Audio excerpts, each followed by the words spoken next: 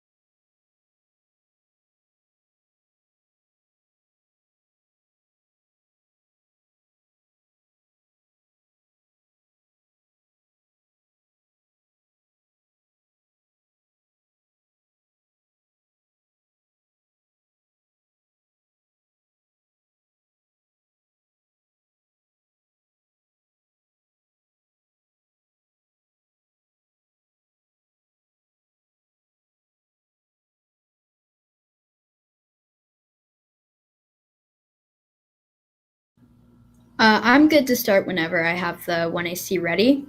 Would you guys like me to send the document over file share? Because I can go ahead and do that if that would be preferable for everyone. Yeah, file share is fine for me. One thing is, I think like they're streaming the round, so I'm not sure if that makes an issue with us starting early. Oh, okay. I'd ask Tab, do you know?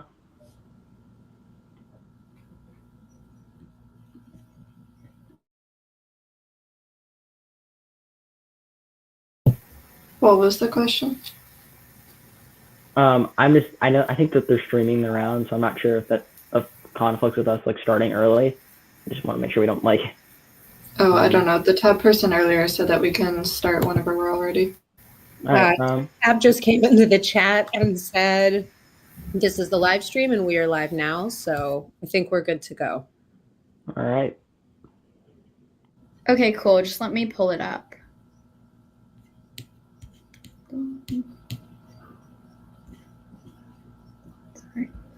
Sorry, give me a sec. That's from my Finder.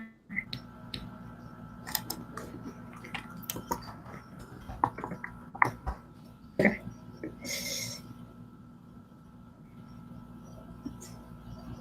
Okay, you should see it in file share. Let me know when everyone has it, and I can go ahead.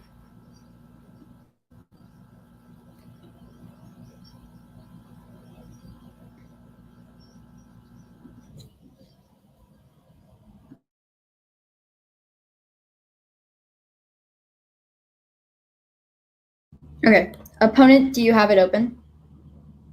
Okay, awesome. And judges? Okay, cool. I have 6 minutes on the clock. I'll start it on my first word.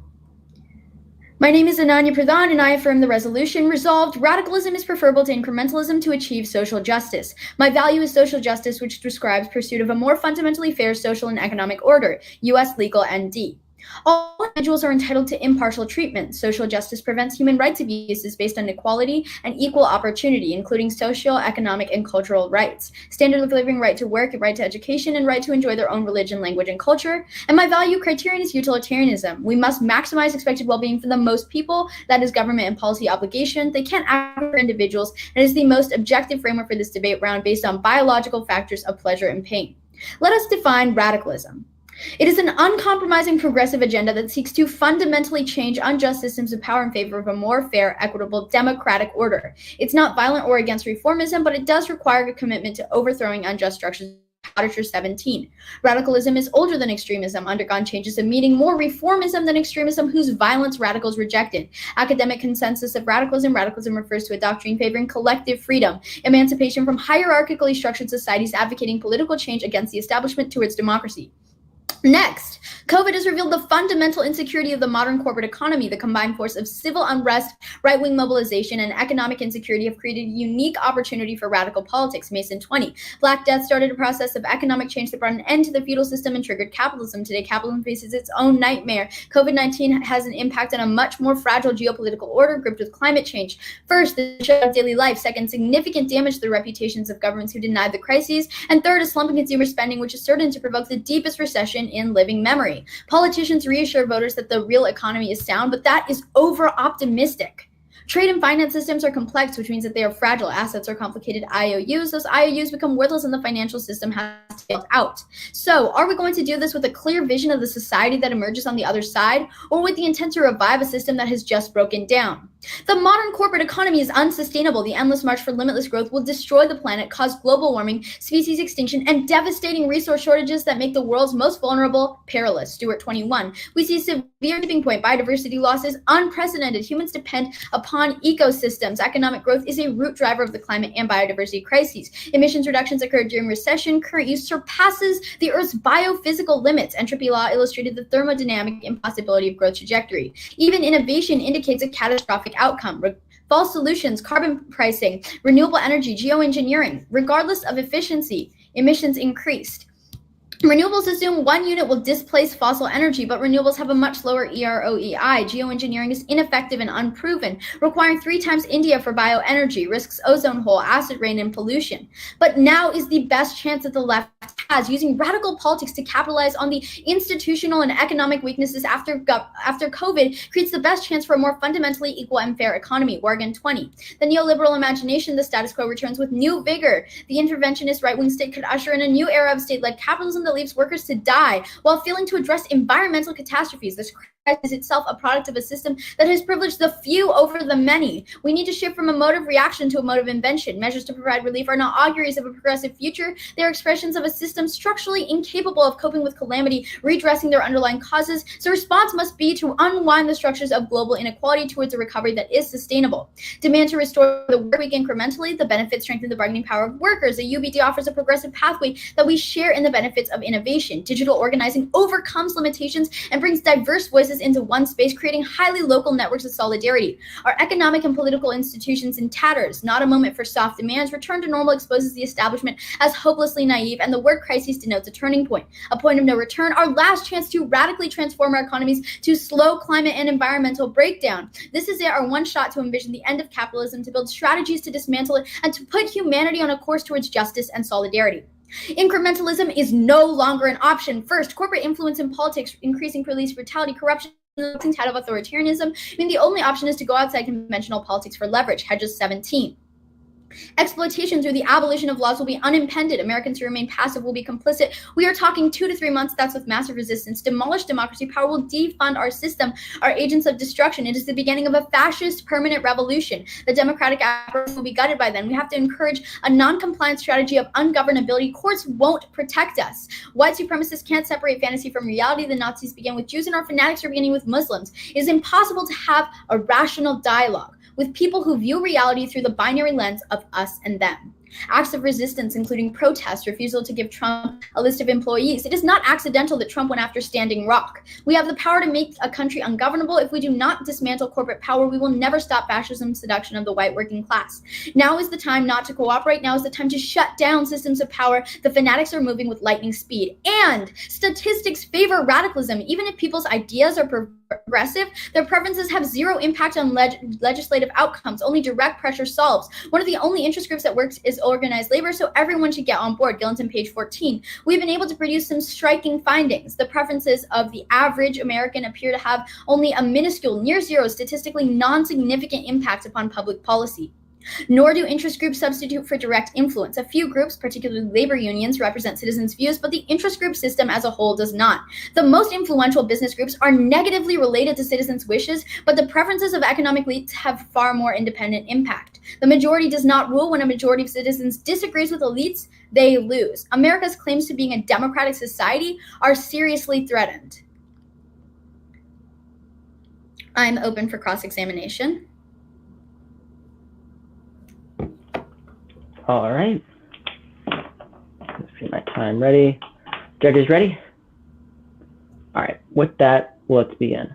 Let's open up on your last card here. You talk about direct pressure. Can you show me where in that card it tells you that? Actually, let's just start with an opening question there. How is direct pressure inherently radical? Direct pressure is inherently radical because, as we explained with our Bodicher 17 card, radicalism is when we take action as part of uncompromising agendas to fundamentally change structures of power. I would say that direct pressure and radical change would be within a whole end ideological goal of fundamentally changing the structures of power that are in our incrementalistic status quo. Okay, great. So then let's turn to that Gillen's and page 14 card. Show me where exactly it tells us that direct pressure solves. Sure. So the Gillenson page 14 card, first of all, it's talking about a statistical model that links people's public preferences to current incrementalistic policy. And basically the warrant in this card is saying that conventional politics isn't working to represent the majority, which means that we need to have direct pressure. Okay, so how do we know that, sorry, let me rephrase. How do we know that this direct pressure is going to always represent the minority, or the majority?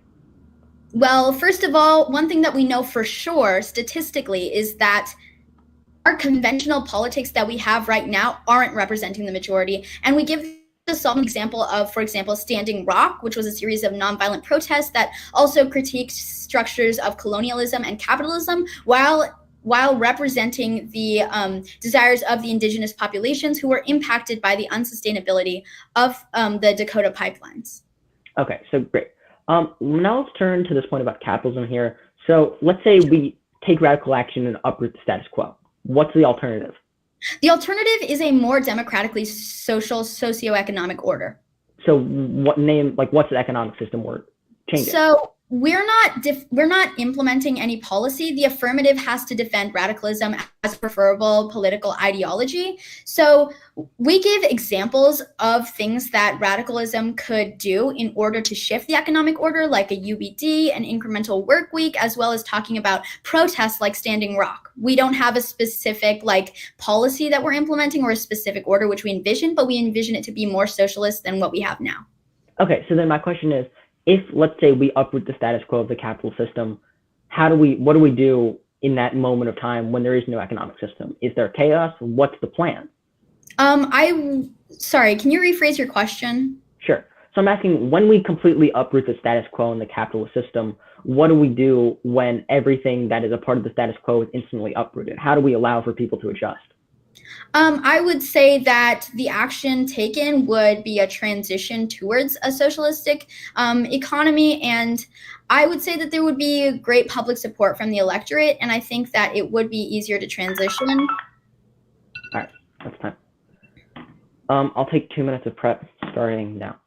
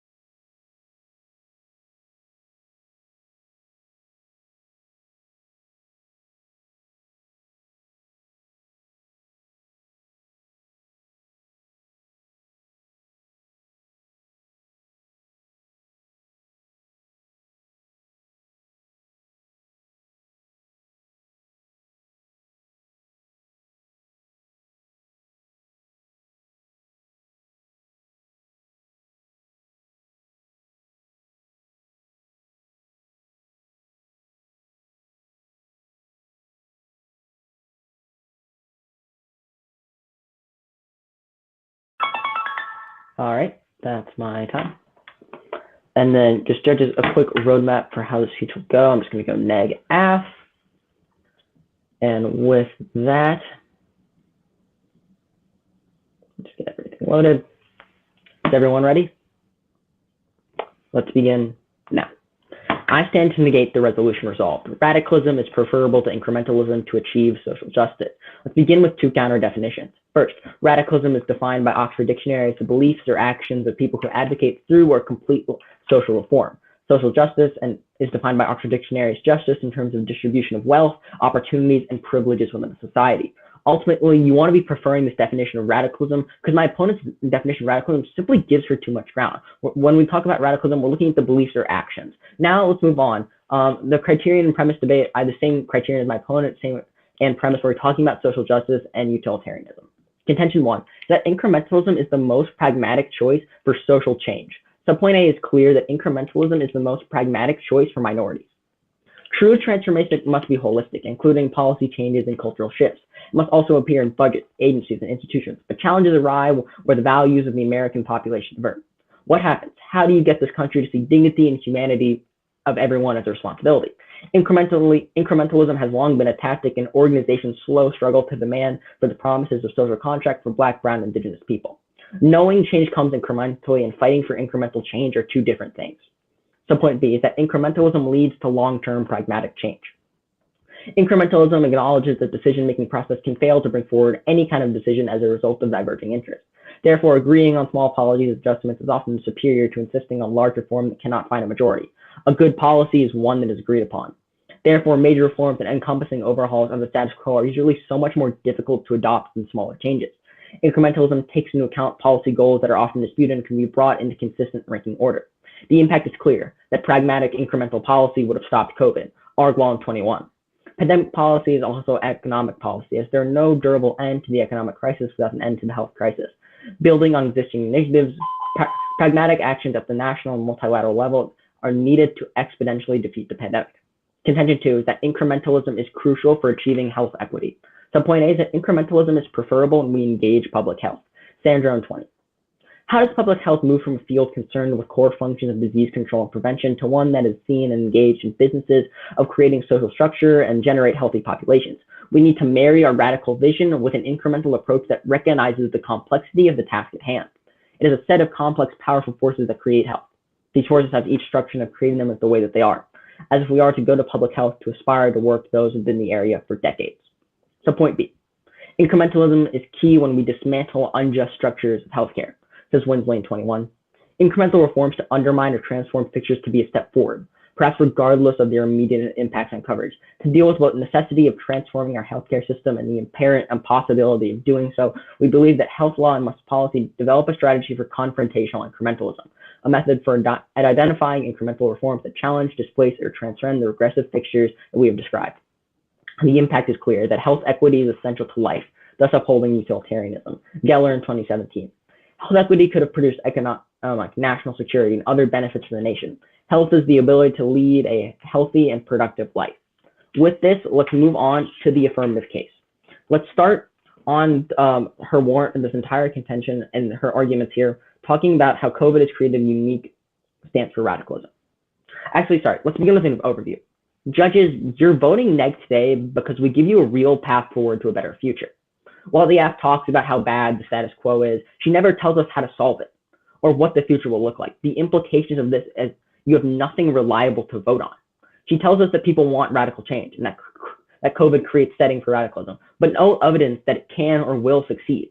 The neg proves that it can and won't. Let's begin on the warrant talking about COVID. She talks about comparative feudalism, which is inherently outdated first. Second, she doesn't exactly outline how we'll get to the world after capitalism. She simply says we need radical change. What will that radical change be? Is it implemented? Do people agree on it? How do we know that that radical change will actually exist? Now let's move on to Cruz in 2018, who tells us that the topic of organizing capitalism differently than the creation of a more adoptable legal status in some countries and the growing numbers of social incubators over the world who have encouraged the multiplication of organizations that dictate and did not fit traditional corporations for a corporate model. Such an organizations can be labeled incrementally alternative. Now let's move on. She talks about climate in her next contention. There's one main flaw with this, or in her next point. Robertson 16 furthers. The incremental community has been talking about climate change since the international community has been talking about climate change since 1980. It was a mistake to go straight for a comprehensive global treaty. By going so big, negotiators guaranteed gridlock, and it's going to take a stepwise incremental process to build up the amount of trust and institutions needed for a global treaty support. What this tells us that a comprehensive overhaul to deal with the climate change effects simply won't work. It's going to lead in gridlock. It did in the first place. Historical examples prove that. Now let's move on. My opponent's next point is that now is the best chance the left has. She gives you Worgen 20. First, the evidence doesn't say that radicalism will make the change they talk about. Look at the card. B, they no longer tell us that these changes are going to stick. They talk about digital connection and unification, and we can organize digitally to try to make those changes. But we can organize digitally, try to make those changes, but they're only going to stick when we make them incrementally. Turn to subpoint A and B of contention 1 on my case to tell you why. Additionally, never once does this card tell us why any of this can't be done incrementally, why we can't make these changes with a series of steps.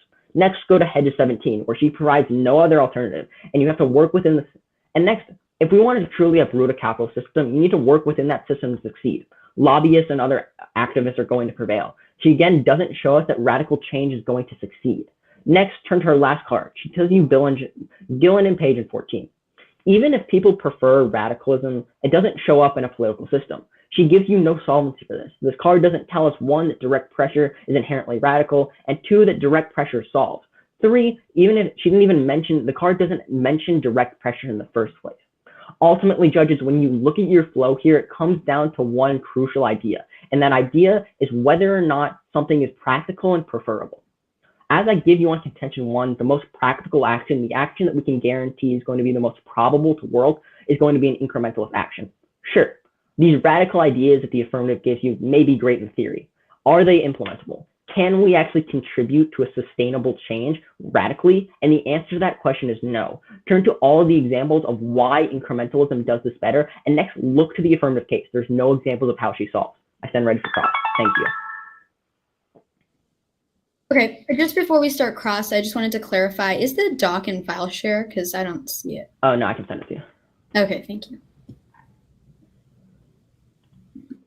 Just give me a second. To download it, sorry.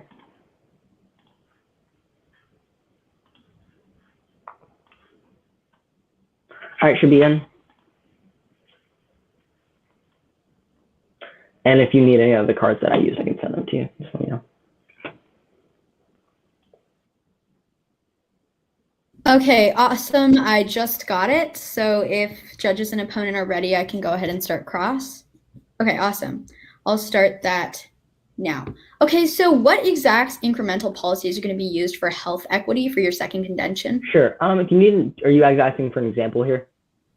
Sure, you can give examples, or I Sure. just want to. I mean, just off the top of my head, there's the Canadian public health system where Hutchins in 2011 that I have now. It just says the main message for recent Canadian experience is that primary healthcare can be transformed through a process that is incremental and a strong government. Basically, what this argument says is that if we take a radical change to trying to create health equity, we're going to completely uproot the healthcare system. When we take incrementals, we don't do that.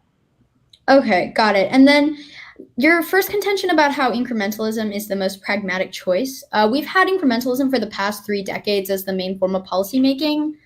How come it hasn't solved systemic issues? What's the frame for incrementalism to solve the issues that it claims to? Sure. So first thing, I wouldn't say that incrementalism and radicalism are mutually exclusive. I'm not saying, I wouldn't argue that it's the sole actor in the status quo. Secondly, let's turn to why, so you're asking like why we still have systemic inequalities, right? Sure. Okay, so what we look there today is that a lot of the impacts of systemic inequality don't come down to incrementalist actions. They come down to the systemic inequality that's created by people who aren't acting incrementally, who are acting in terms of just the government, the way that the country is run, the way that the world has been run. Okay, got it. So let's see. And what was the value criterion? Sure, I have the same as yours, value premise of social justice criterion of util. Okay, got it. And then how come we've had like 6 to 7 recessions in the past 30 years with incrementalism if it leads to such long-term change? Well, first things, we're looking at social justice, and the card that I gave you is specifically talking about long-term social change. In terms of recession, I would give you the same response I gave you to your last question, where you're saying we can't necessarily determine that economic recession is a fault of incrementalism. Okay. So, and then you talk about historical answers in the NC. Can you give me one example of incrementalistic change that is more important than the abolition of slavery, and then explain why? Sure. Sorry. I don't have an example for you off the top of my head other than the abolition of slavery, but let's talk about the abolition of slavery for a second. The long spread out movement that took a series of steps, was it not? Right. But it was driven by radicalism and radical protests. But what was the actor in that? Incrementalism. But let's go to the next question. Okay. Can you give me one incrementalistic change that has been significant, like within the past 30 years? Sure, I'll give you the same part I gave you the answer to your first question, where we talk about the Canadian public health system, my first contention. Secondly, if you want to go to subpoint A of contention 1, where I talk about almost every organization's slow and demand struggle for Black, Brown, and Indigenous people. Okay, awesome. So that's time. I'm going to go ahead and take running prep, and I'll start that as soon as I mute myself.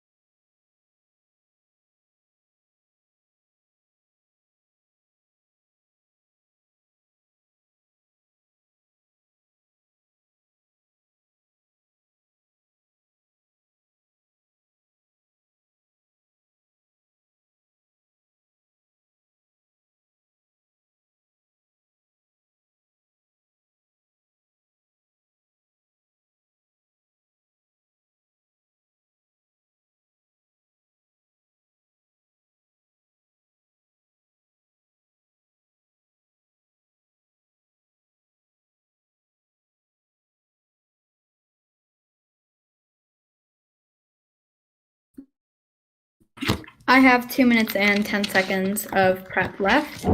I just entered that into the chat so that we can keep track. So for a quick off-time roadmap of the 1AR, I'm going to be starting on the affirmative, and then I'm going to be looking at the negative in the order of their contentions, starting with the pragmatism, and then moving on to healthcare. Okay. If everyone is ready, I can go ahead and start. I'll start the timer on my first word. Okay, let's talk about radicalism. They want to bring up examples. Let's look at the historical context. We have to take into account that every major change that has helped minorities or the oppressed, whether or not the change itself was radical, was pushed by radicalism. The only way to push moderates to act is to pressure them with radicalism. And let's give some examples. For example, Jim Crow laws didn't end until there were national protests. Voting rights weren't granted until freedom rides. Abolition was considered a radical proposition. Women's suffrage was the result of huge conventions and marches in favor of equality. The Defense of Marriage Act was overturned after yearly protests on Pride, and apartheid in South Africa would have been continued without international boycotts. This is just to kind of set things in a big picture sense for you judges. If you look at the history, it is absolutely one-sided in support for radical change, social justice. Even if incrementalistic policy measures have to be taken, they are driven under the lens of radicalism, and that's true. We've given plenty of examples. Now let's extend the Gillens and Page card, which link public opinion to policy. The reason why many policies get passed is whether or not elites will profit from incrementalist laws. We're basically an oligarchy. Incremental policies only continue to serve the rich at the expense of the poor. And second, we should make it our goal as radicals to apply direct pressure on the country until things change. Nonviolent mass direct action strikes radical policies. If we continue with the neg, within 10 years, our forms of legal political expression will go away. And we need radical change to overturn the injustices of our capitalist modern economy, which is dependent upon inequality and unsustainability, deforestation, slums and poverty, widespread disease, and integrating poverty further into minorities' lives. In order to prevent the climate crises and climate extinction, it must be a vote for the affirmative. Let's go down the flow. First, they start off by saying that radicalism is idealistic and that we haven't given any framework for how we put in place. That's not true. The 1AC gave plenty of examples, including a UBD, incremental work week, standing rock, and lots of other nonviolent resistance that put pressure on the government to make change for the people, not for the elites, which is what the negative is doing. Then they also say that how would the world, be after we transitioned away from capitalism? They say it's like not functional. It wouldn't happen. There'd be chaos. But radical reforms could be passed for the shift. It is feasible. We can see now how radicalism is pulling moderates to the left in terms of things like the student loan with Biden, who was only pulled because of radicals like Bernie and Senator Elizabeth Warren.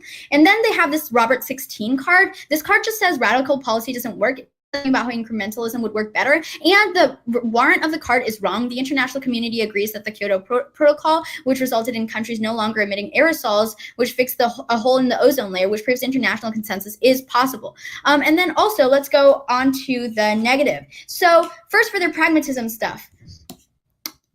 If you trust the government to be productive and efficient, even after 30 years of ineffective incrementalism, and after politicians being bought and sold by corporations to further their agendas, then you can vote for the negative. But realistically, expecting positive incremental change is the most unfeasible of all. And look at the Wargan 20 card. Things like digital organizing make highly local networks of solidarity possible, even on a global scale. And third, our cards give the solvency example of Standing Rock, which critiques colonialism and capitalism while achieving reform on the Dakota pipelines. And they say radical change are hard to implement, but in the status quo, we see tons of radical movements that have gained immense traction. Onto their healthcare contention. Healthcare is one of the most important issues to be radical on. Incrementalism results in complex bureaucracy that is hard to communicate. Uniting around something like Medicare for All would create political energy around a single policy, which is necessary for real reform to occur. And right now, things like an example that we can give is Obamacare, which was a very watered down incremental policy because it didn't.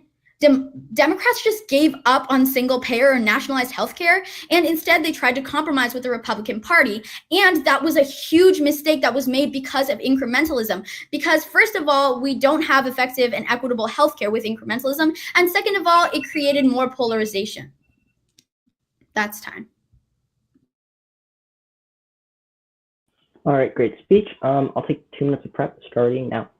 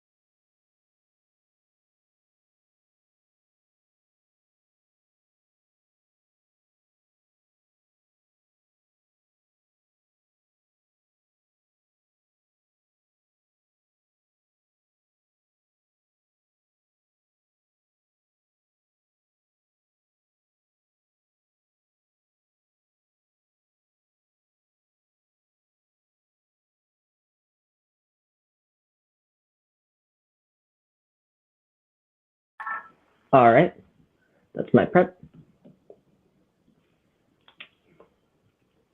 And then just a quick roadmap. I'll start again with an overview, and then I'll go through just the affirmative case and then negative, and then move on to some voting and crystallizing the round. Is everyone ready? With that, let's begin. Ultimately, judges, our main value in this round is seeing who upholds utilitarianism. But secondly, what we need to make sure is that our actions that we take are guaranteed to succeed. That should be our most important thing when we look at this round. Let's begin with the affirmative flow. Let's start with pointing out some dropped arguments.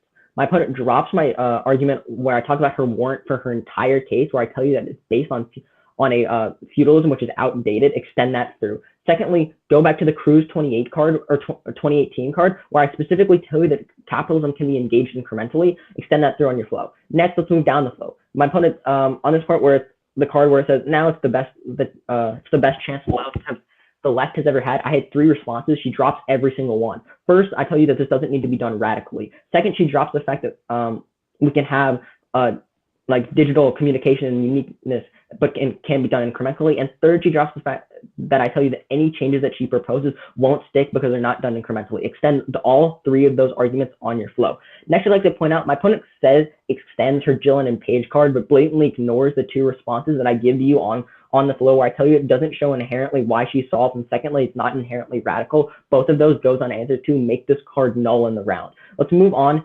Let's move on to the affirmative or to the negative flow.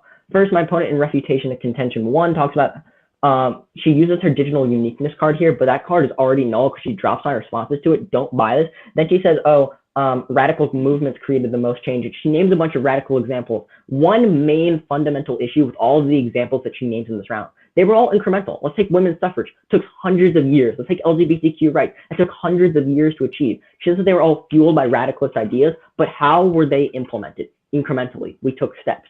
Ultimately, we're looking at whether or not which mode is going to, or which side is going to create the most change. Sure, we can think radically. Will that create change? No, it won't. She literally concedes this because all of the movements that she cites that are supposedly radical acted incrementally. Now, since you're still buying contention 1 at this point, it gives me access to the impact, which is crucial under utilitarianism, where I'm talking about the ability to defeat the pandemic, keeping the majority of people in welfare. Extend that through on your flow.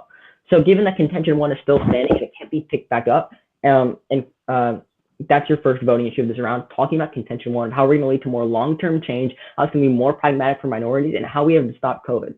Ultimately, this contention has to be your most important in the round for one main reason. When we look at pragmatism, we want to be making the choices that we know have the highest probability of benefiting people. My opponent has never once told us that any of these radical ideas are probable, that they will succeed. Nor she actually hasn't named what we're going to do to overturn the capitalist system. I also like to now let's move on to contention 2. Let's begin. My opponent says that we need to be radical to stop healthcare. I explained to you briefly in cross why we can't do this. And I'll give you an exact example now. Let's say we have a healthcare system and we completely uproot it radically. We completely uproot the status quo. All of healthcare currently provided would be gone while a new system is implemented. We leave millions without healthcare. Secondly, shouldn't we ought to work with the current system of healthcare that already have benefits? Next, I'd like to point out, my opponent drops the warrants where I specifically tell you that incrementalism is unique to engage within the public health sector in the first place. Don't buy any of the responses she gives you on the round. Secondly, move to subpoint B, where she also doesn't tell us, where subpoint B tells you incrementalism is key to dismantling it. She never responds to this either. Extend all of contention 2 and contention 1 on your flow. The entire neg case is still standing, so you're voting for all of our impact on this round. Now, I'd just like to point out, when we turn to the affirmative flow, there's one main issue. My opponent never actually extends or defends the fact that this her argument that when we overturn the capitalist system, that all of these harms and we're going to create this sustainable change. I tell you that we can do this incrementally, and she never tells us what this radical movement is going to be, but that never gets extended. So you can't give her access to any of the warranting on her one argument in this entire round. I'd like to point out, my opponent's only defense left standing is about the climate impacts, where she said that I misinterpret my evidence. But I'm not. The card specifically tells us one core thing. When we try to create large change, that change is often result in gridlock. Secondly, cross-apply contention 1 subpoint A and B, where I specifically tell you why we want to take incremental steps towards climate. Because when we take incremental steps towards social issues, we guarantee that those are going to be long-lasting. We guarantee that those impacts are going to stay. Now, let's move to your 3 voting issues of this round. As I previously pointed out, your first voting issue needs to be contention 1. Secondly, your second voting issue needs to be the criterion of utilitarianism. We're looking at who benefits the most people. Look at the affirmative case. Given the wealth of unanswered to responses, you can't give her access to any of the impacts she claims in this round, meaning that when you weigh the impacts under the criterion, there really is nothing on the affirmative side of the flow. Take negative. Take negative in this weighing, because I give you the impacts of both health equity and COVID. Weigh both of those on this round. Because you're weighing the impacts, you want to be voting negative for your second voting issue because of the criterion. And third, judges, you need to turn to the affirmative flow for your third voting issue. Let's talk to the turn that I give you, where I tell you that her evidence never once in any card tells us why this can't be done incrementally. There's no viable reason for why this can't be done incrementally. I said that in the NC, and that goes completely unrefuted to conceded. She can't bring that argument up or respond to it in her next speech. So given that, my opponent effectively concedes her entire case as to why this isn't unique to either side, why this isn't unique to the affirmative side of the resolution, and further reasons of upholding the criterion of my contention 1 and of the turn I give you on case, I strongly urge a negative ballot. Thank you.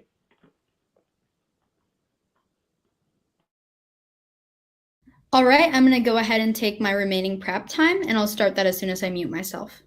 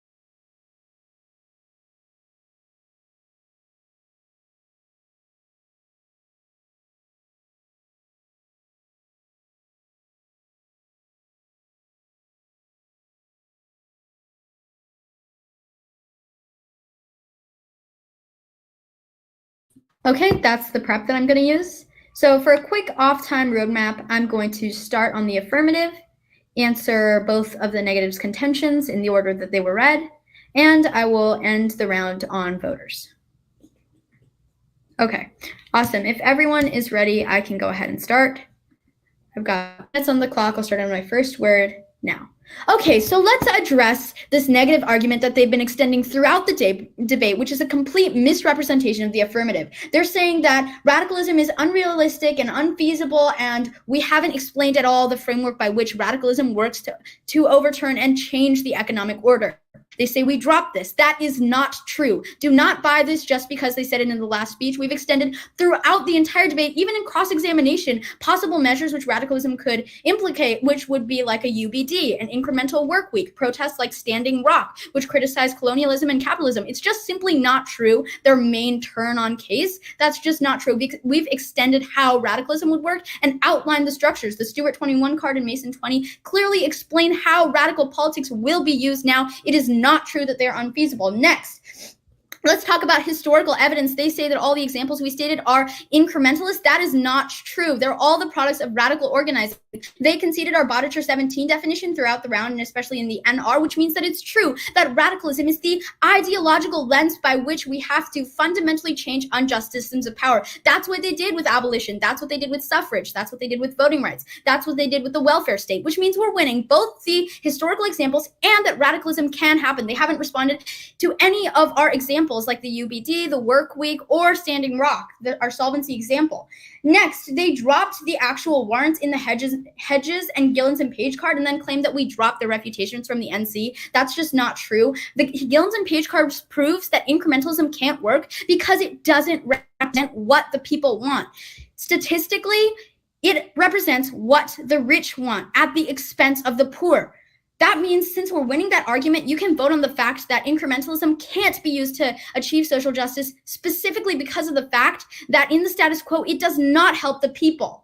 Then we're also winning on the negatives contentions if you don't buy that we win the AF. First of all, we're winning that the future is better for radicalism with things like digital organizing, and we're winning that moderates will be pulled to the left. They dropped our example about student loan concerning Biden, Warren, and Bernie, where we explained clearly how radicalism is feasible and how it's pulling moderates more towards radical policies in the status quo, which means that their main argument in this contention is wrong. And second of all, we're winning the healthcare contention.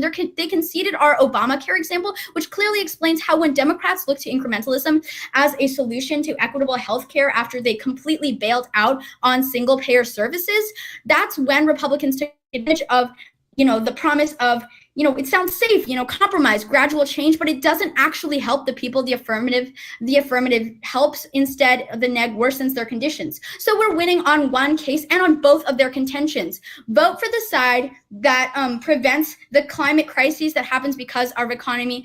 The side that's extended the reasons why radicalism would work now. Vote for the affirmative. Thank you. This was a great debate, and thank you, judges, for judging. Yep, great round. Thanks for judging, guys.